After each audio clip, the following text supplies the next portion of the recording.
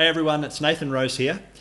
Today I'm going to give my honest take on this book right here, 100 Endgames You Must Know by Jesus de la Villa. I got this book about 6 months ago and I've been working my way through it. I've got the paperback version of the book, as you can see, but I've also got the course, the related course on chessable.com. Now, Chessable allows you to cycle through the positions in the book without setting up your physical board, which makes it a lot faster to go back and forth between different moves and analyze them. But it also allows you to keep track of which positions in the book, which of the 100 endgames are easiest for you, which you've already learnt well, and which ones of them still require you to work on. So it'll give you the ones that you're struggling with more often so that you can practice those and get better at them. But I do recommend getting the paperback book as well. Like if you're anything like me, a compulsive and obsessive highlighter and underliner of text in books, then obviously the paperback book is the way to go. Now, this isn't a book for absolute beginners. I'd say that you'd need to be at least around 1200 ELO rating in order to get a lot of benefit out of this book. Like, it doesn't actually include the very basic endgame patterns like how to win with a king and queen versus a king, or how to win with a king and a rook versus a king. It assumes that you know that already. Like if you picked up a book like this one, you already know these foundational in-game ways of winning. But yeah, this book is designed to take people a bit further.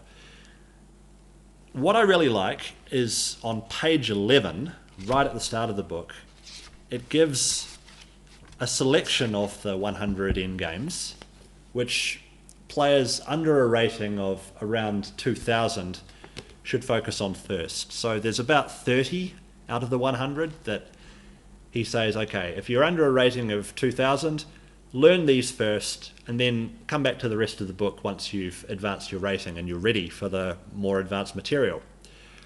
I've gone a bit beyond the end games which he recommends doing for a player under 2000. So even though I am at this moment under a rating of 2000, I still wanted to study enough of the book to give a good review of it. So I've gone through, I'd say, about 2/3 of the book so far, which is definitely enough to get a good idea of how it's structured and provide a useful review.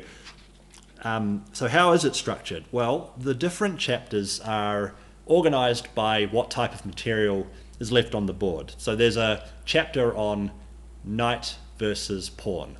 The pawn's trying to promote. The other side only has a knight, so it's trying to capture the pawn in order to secure a draw. There's another chapter on rook and pawn versus rook. There's another chapter on pawn endings, where there's nothing left on the board except for kings and pawns. So it's well organized. You definitely have no trouble navigating through the book and finding which part you want to get to. The other thing I really like is that it's often giving names to the various endings to help you remember them. I think that learning the names of the chess openings is aided by the names that are attached to them. So we know the French defense and the different variations within the French defense, like the Bern variation or the Steinitz variation, or there's the advanced variation. We know them because these names help us attach the memory with a word, and this is what the book does too. So there are in-game positions like the tail hook position. There's the floating square. There's the frontal defense. Like, I find these very helpful as memory aids. One thing about the book which I didn't realize before I bought it is that it is dealing exclusively with positions which are very simplified. So the kind of thing you get in this book are positions like each side has a rook left and one of the sides has a pawn. Or both sides have a bishop left and one of the sides has two connected pawns. It doesn't have any guidance at all really on what to do in positions which are a bit more complex than that. Like, I'd still call them endgames.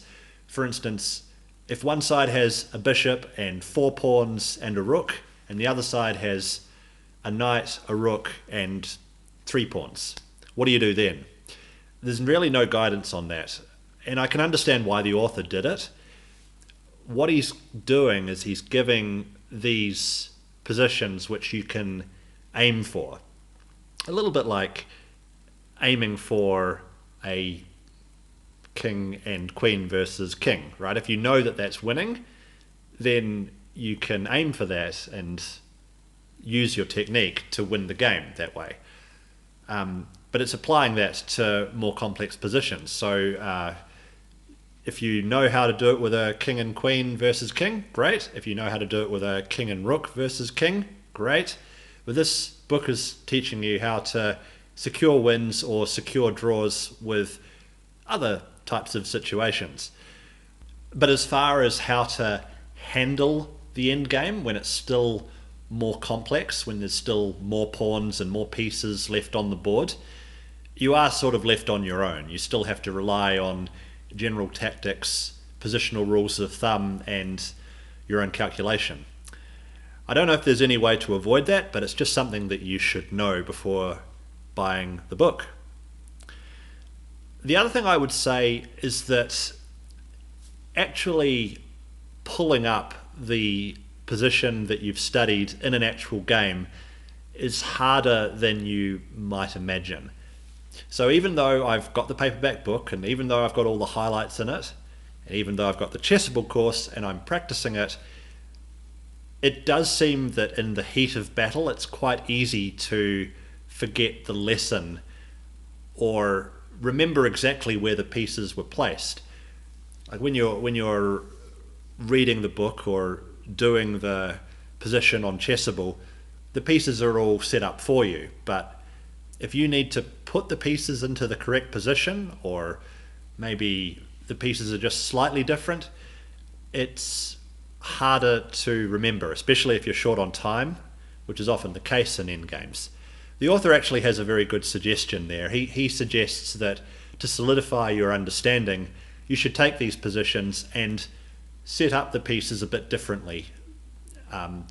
Don't just learn the exact position that he gives, but try and move the pieces around a bit, play with a sparring partner, a friend, and see if you can reproduce the result which the book says should be possible in the theoretical endgame. Overall though, it's a great book. It's definitely improved my understanding of this part of the game, and most importantly, it's got me some great results.